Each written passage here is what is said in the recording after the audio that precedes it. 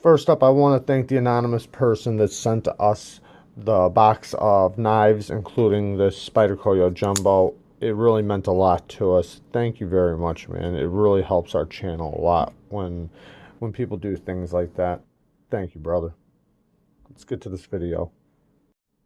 Bang! Neeves Knives. I'm Jared. My lovely wife, Kara, is at work, and today we are checking out the Spyderco Yojumbo, an S30V G10 steel liners and a compression lock. This thing is pretty big. It's definitely a big knife. It's got a beautiful Wharncliffe blade with a nice deep hollow grind. All right, let's get to it. So the overall length of this knife is about 9 1/4, 9 3/8. With a 4-inch blade. Let's do some size comparisons really quick. Here's the Spyderco Shaman. You can see the Spyderco Shaman is a lot smaller, a lot shorter than it. And then here is the Hogue Ritter RSK MK1. You can see the size difference there. The Yojumbo's definitely longer. Here's the Stretch 2. Getting closer. And then here, this knife definitely will give it a run for its money. Here is the Civivi Picaro. They're about the same length. I think the Yojumbo has it by like 1/8 of an inch, maybe 1/4 of an inch, because I think the Picaro is 9 inches. Here is the Gale Bradley, Spyderco Gale Bradley. All right, you know what? I think we got the idea. One more just because a lot of people know it. Here is the Sebenza 31. All right, so this knife is pretty awesome. I'm actually liking it a lot. I might want to turn down my light a little bit though. Seems like it might be a little bright. Anyways, so it does have a compression lock. It, you know, obviously being a Spyderco, you Spidey flick it, and then it's got the compression lock, let down, very, very smooth. The thumb action is really, really nice. Feels really good in the hand. It's definitely got a lot of space there, and I do like this this double groove right here where you can get 2 fingers and 2 fingers, and I can't imagine this being you know, not having enough room for anybody, because even if I spread my fingers out, I still have a great grip. Right here, I guess you can use it like this for push cuts, but you can still do it from this point right there.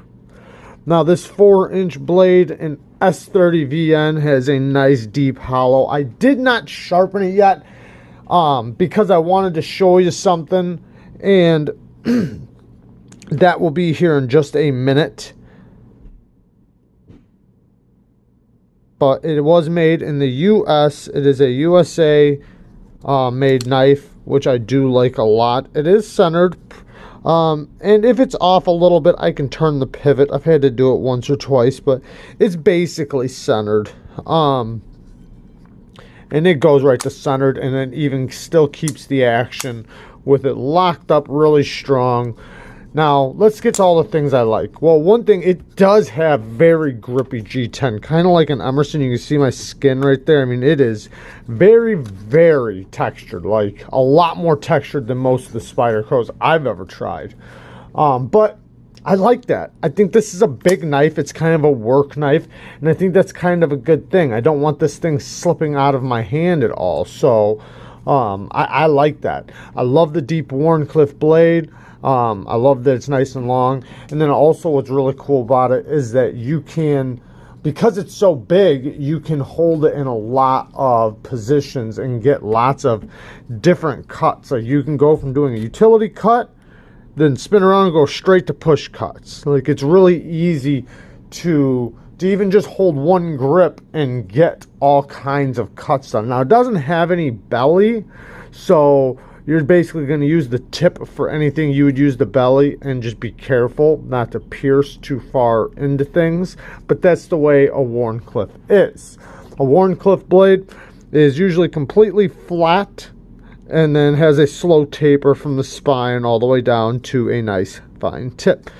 Being a hollow ground blade is really nice because now I can continue to sharpen it and it'll stay the same thinness behind the edge, which is only 15 thousandths on this knife. So that's very, very thin, very nice, very slicey. It pushes through materials really good. And I did use this. I cut up some stuff and yeah, I'm definitely liking it.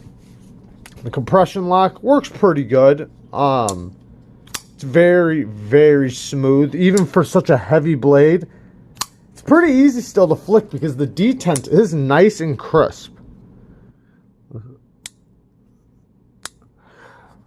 So you can definitely get some good leverage on that, especially with this grippy G10 to pop it out with no problem. The thumb flick, you definitely have a lot of leverage with that one. And it is on phosphor bronze washers, which makes it pretty smooth. I mean, with this heavy blade, I have no problem with it just dropping. You know, the harder you push that compression lock, the harder it's going to drop, which is nice and cool. Okay, another thing I really, really like about this is it has such big hardware. I love that this is T10 and then the rest are T8s. And if you get in close right here, you can see how big the stop pin is. Nice big giant stop pin, big standoffs. It's built very, very durable and strong, and I like that. I mean, I feel like I could work with this for a long time and not have any problems. Now, the clip does not go very deep, but I don't mind it on this knife, and I'll explain why. Because you have all of this in your pocket. So this little bit poking up is perfect for you to get the leverage to pull it out of your pocket, especially with this grippy G10. Now, I didn't have that big of a deal going in and out of the pocket, but this is pretty aggressive. So, I mean, you know, it is what it is. And being S30V, not a bad steel. It's pretty good. I mean, it could be better steel, but I'm not complaining too bad about that. Okay, so let's get to some bad things. What are some bad things? First off, I just want to say this knife is very, very awesome. I really, really like this. But just like with all knives, it does have a couple bad things. Now, one, going back to the blade. Now, this is the way it is with 98% of factory edges. It's really off. Like, if you look at this side, look at the edge. Look at how thick this bevel is. And then I'm going to flip it and you're going to see the other side. Can you see that? Let's do it again. Or here, just look at the tip. How about that? Just look at the tip right here. And if it'll focus. And look at how thick it is. And I'm going to flip it. Look how big that is. Do you see the difference? Now, sharpening it, if I want to make mine perfect, or at least as close to perfect as possible, you know, I'm going to have to work that out and set an angle and, you know, redo it and sharpen it back to where I can get both sides nice and even. Not that big of a deal, but, you know, it's a thing. And like I said, 90% of knives are like that. Next thing about the blade, the choil. So they didn't give you a sharpening choil, which I know lots of Spydercos don't, but they had all the room in the world to do this. Now, this goes to the next bad thing. Right here. It hits you in the finger right here. Now, I want you to really look at this. That pushes through right there. And I know you can go like this if you want to. Like, you can push it out right there. Give it a little wrist, and it'll swing out. Like that. But I don't care about that. This thing hits me in the finger, which I'm not that worried about that, but think about it. If they would have cut that out, they could have literally cut this out right here, went around here and put in a choil. They could have just went just like this, just put a little circle right there. Think about that. Then you'd have a finger choil and a sharpening choil, and it wouldn't hit you in the finger. I feel like that is the biggest mistake on this knife. It, hands down, that's the biggest mistake. What were you thinking, Spyderco? I love this knife, but why would you put this to protrude right there when you could absolutely have cut it off right there and put a finger choil and a sharpening choil? It just seems like pure laziness. The only other really bad thing would be, maybe this could be grippy for you. I like it, so I don't mind it. It will tear your pans up a little bit. The clip, I don't mind the clip carrying the way it does. Also, in the grip, it feels really good. It lands, let me show you this, it lands right in the pad of my finger. So like my bone, I guess you'd say, or like the harder part of my finger lands over here. So this winds up landing right in my pad. Now I feel like if it was a deep carry clip, which I do have one, so I didn't put it on there. But if I did put it on here, I'm guessing it would be, the ergos would be way off. I don't think the ergos would be anywhere near as good as it is right here if I put the deep carry clip. Would it look cooler? Yeah. Would it sit deeper? Yeah. And just know you're going to have, a lot of knife in your pocket. This gives you a little something to tug onto, especially with the aggressive G10, pulling it out of your pocket and then getting to good ergos. Even if I put in a choil here, which I can totally put my finger right there, but if I do cut in a choil or if I put my finger there, it still doesn't bother me. It's like it literally just winds up landing perfect. Now this little spot right there, you can, like I said, you can use it and you can creep up right here, but you don't really need to. Like, even though you can go like this, it's pretty simple to just keep your finger right there and do it still. But I still would like that choil there because it would help for sharpening. It would stop it from hitting my finger.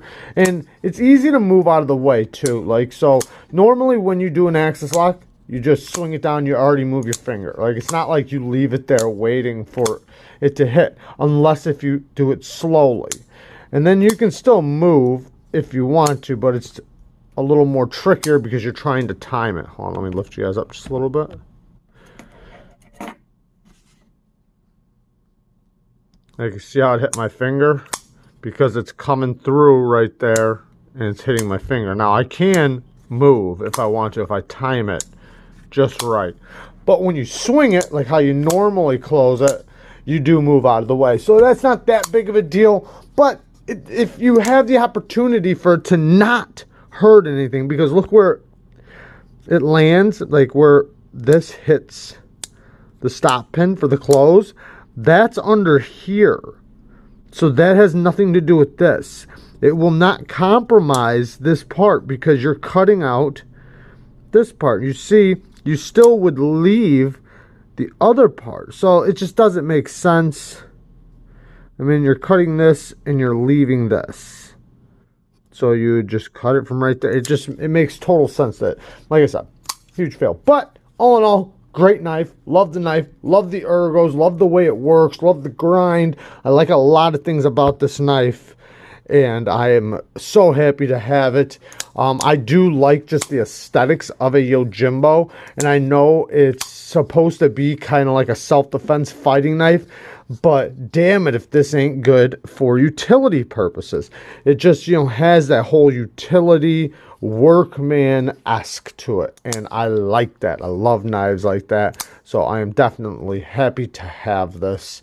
And yeah. I'm really into big knives right now, and this thing is a monster. In a good way, though, because you can use it like a small knife still. Like, there's some knives that it's a big knife, and it can only be used as a big knife.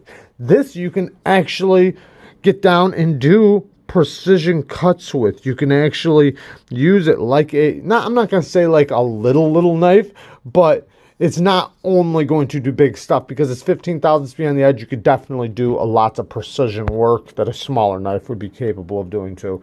All right, guys. I love you guys. Peace.